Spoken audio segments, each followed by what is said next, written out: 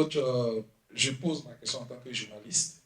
On se demande souvent pourquoi, quand vous avez les listes, vous ne voulez pas nous convoquer en conférence de presse pour nous expliquer tous ces cas-là. Parce qu'on en parle alors qu'on a un match demain. On aurait pu éviter cela. Donc, ma question c'est, pourquoi vous nous évitez?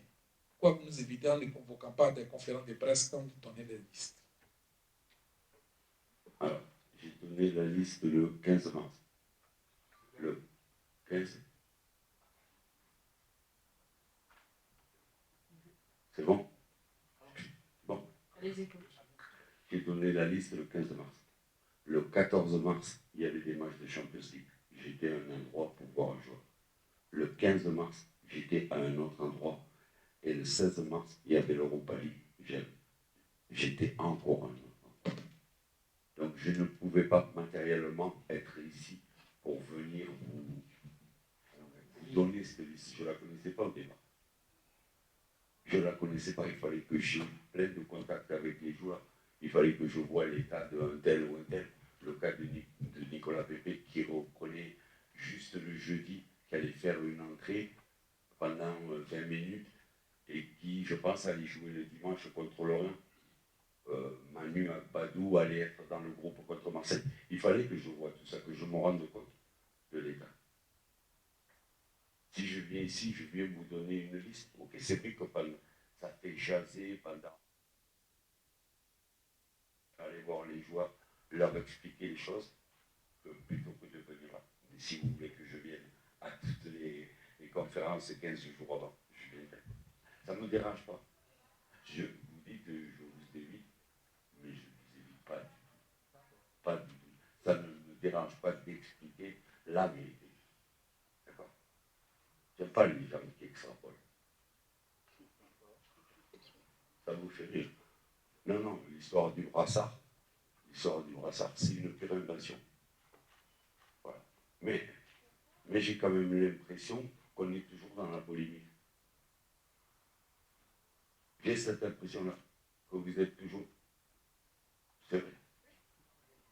Alors, vous êtes journaliste depuis combien de temps? 15 ans. Est-ce que vous étiez au Qatar? À la Coupe du Monde? Oui. Non. Est-ce que vous étiez en Russie? Pourquoi? J'ai décidé de ne pas y aller non, parce que non, la non. Côte d'Ivoire n'était pas. Non, non, non. J'ai décidé de ne pas y aller parce que la Côte d'Ivoire n'y était pas. Exactement. Ouais. Exactement. Donc quand je dis l'union sacrée, vous êtes dedans. Vous êtes dedans. Les journalistes, vous êtes dedans. Avec une philosophie comme ça, vous polémiquez, pourquoi il n'est pas là et pourquoi il n'est pas là. On est en train de rater. On est en train de rater. Là, on sort toujours de l'objectif. L'objectif aujourd'hui, il est à court terme, jouer comment, et à moyen terme, dans 10 mois, réussir et rendre un peuple heureux. Et vous êtes toujours, je ne vous connais pas, mais vous êtes toujours dans la polémique. Vous comprenez? Revenez un petit peu avant, peut-être que ce n'est pas la bonne méthode, peut-être qu'il faut positiver, peut-être qu'il faut faire un peu plus confiance. Et pas extrapoler, il a fait ça, il a fait ça. Non, non, c'est des choses simples. Mais à mon avis, après vous ferez ce que vous voudrez. Mais avec le passé, vous n'étiez pas en Russie parce que la Côte d'Ivoire n'y était pas. Vous n'étiez pas au Qatar parce que la Côte d'Ivoire n'y était pas. Si vous étiez dans votre canapé comme moi, j'avais les frissons. Et j'avais envie d'y être. Je ne sais pas si ça ne vous a pas fait le même effet. Cette belle organisation, ces belles musiques, ce spectacle, ce machin, j'aurais aimé y participer. Et j'espère qu'un jour dans ma vie et dans ma carrière, je vais y aller.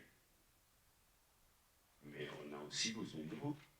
On a besoin de confiance et besoin de positif. Besoin de positif. Merci, coach. Je parle avec